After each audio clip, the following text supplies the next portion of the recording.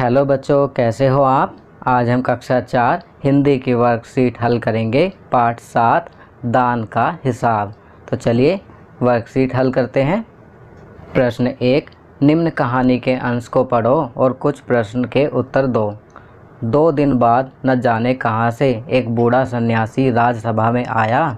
उसने राजा को आशीर्वाद देते हुए कहा, दाता कर्ण महाराज, बड़ी दूर से आपकी प्रसिद्धि सुनकर आया हूँ। सन्यासी की इच्छा भी पूरी कर दें। अपनी प्रशंसा सुनकर राजा बोला, जरा पता तो चले तुम्हें क्या चाहिए। यदि थोड़ा कम मांगो तो शायद मिल भी जाए। सन्यासी ने कहा, मैं तो सन्यासी हूँ, मैं अधिक धन का क्या करूँगा। मैं राजकोष से 20 दिन तक बहुत मामूली भिक्षा प्रतिदिन लेना चाहता हूँ।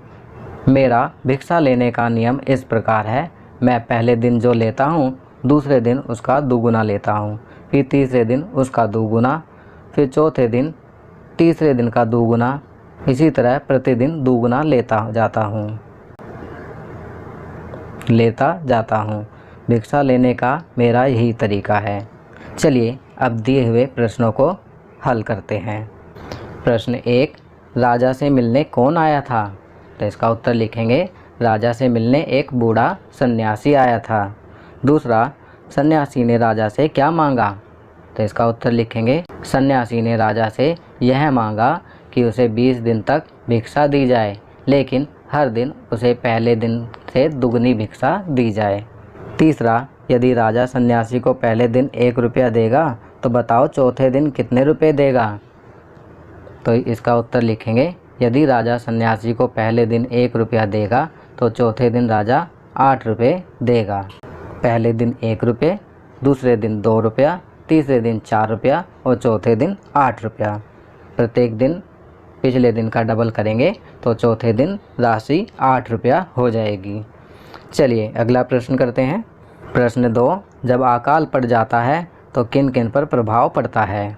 तो इसका उत्तर लिखेंगे, किसान, पशु, पेड़ पौधे, भूमि, फसल, नदी, वस्तुओं की कीमत, आम जनता, इन सभी पर अकाल का असर पड़ता है।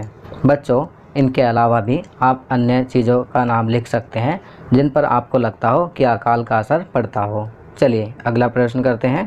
प्रश्न 3, प्राकृतिक आपदा का मिलान करो।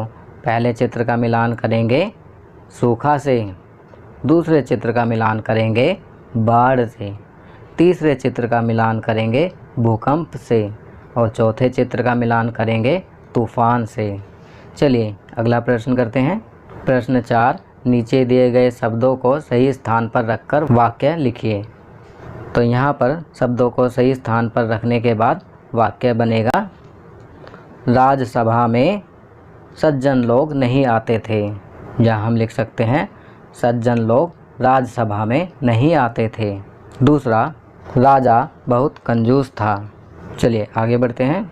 तीसरा बनाएंगे, सन्यासी ने 1 रुपया भिक्षा मांगी। चौथा, राजा किसी को दान देना नहीं चाहता था।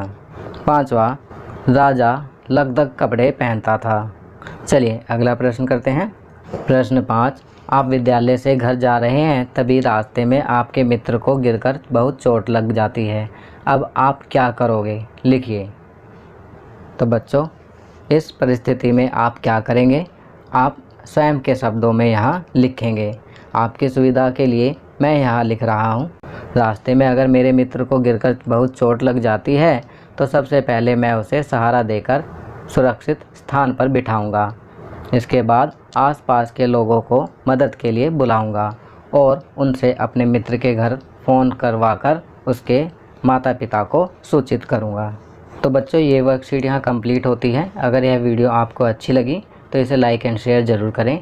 अन्य विषयों पर बने हमारे लेटेस्ट वीडियोस को देखने के लिए चैनल को सब्सक्राइब करना ना भूलें और देखते रहिए हमारा channel knowledge kingdom. Thank you.